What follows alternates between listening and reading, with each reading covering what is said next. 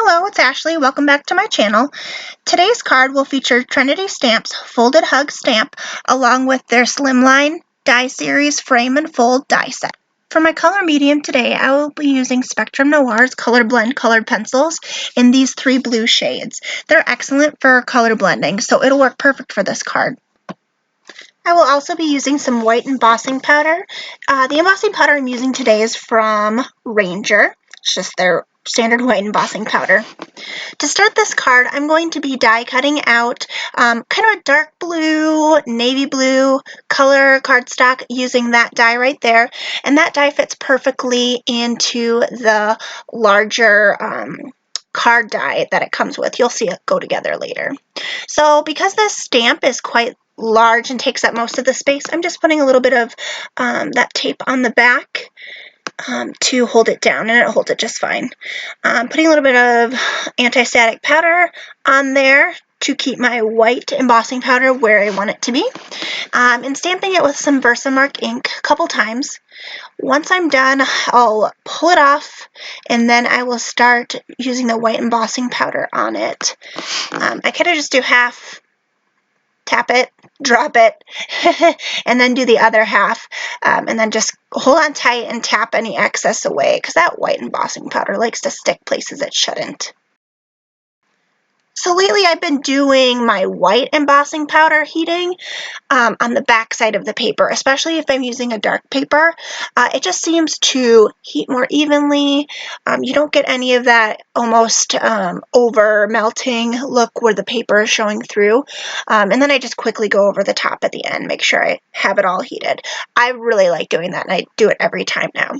The three colors that I'm going to be using today are Reef Blue, Harbor Blue, and Atlantic Blue from lightest to darkest. And they're in this color blend set here from Spectrum Noir. I've really been enjoying using these color pencils. And I just love all the colors in this specific set. They're so pretty. So I like my color pencils to be very sharp when I start. So I'm sharpening all of them, making sure they're nice and pointy and ready to go. When I start coloring, I'm going to start with that darkest shade, which is the Atlantic Blue, and I'm going to start at the bottom of the hug and then work my way to the top, and my plan is to make it look kind of ombre-ish. I did find a little bit of that pesky white embossing powder sticking where it shouldn't have stuck, and so I'm just using a little bit of a razor blade here to take it away, and it doesn't harm the paper at all. It worked really well. So here I'm starting in with the dark color, about a third of the way from the bottom, going a third of the way up on the bottom of each letter. So I'm going to kind of skip over some of the letters and just so you don't have to see me coloring every little thing. Sorry about my head there.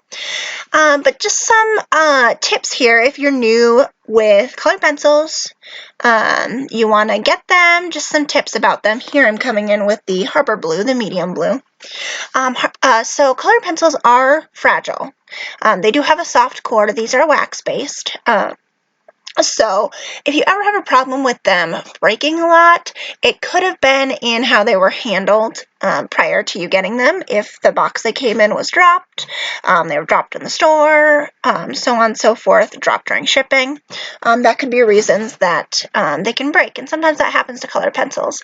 So when you have them in your hands, in your home, in your craft area, I like to keep them in the container that they came in. That just seems to help keep them in better shape, less likely to roll off a table since they're round, and fall and have that inside core fracture.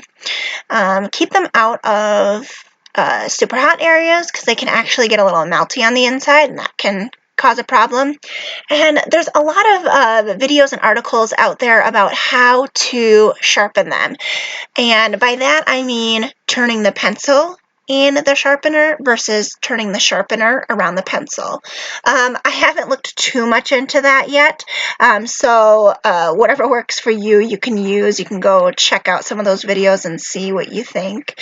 Sometimes people sharpen them too with just a razor blade.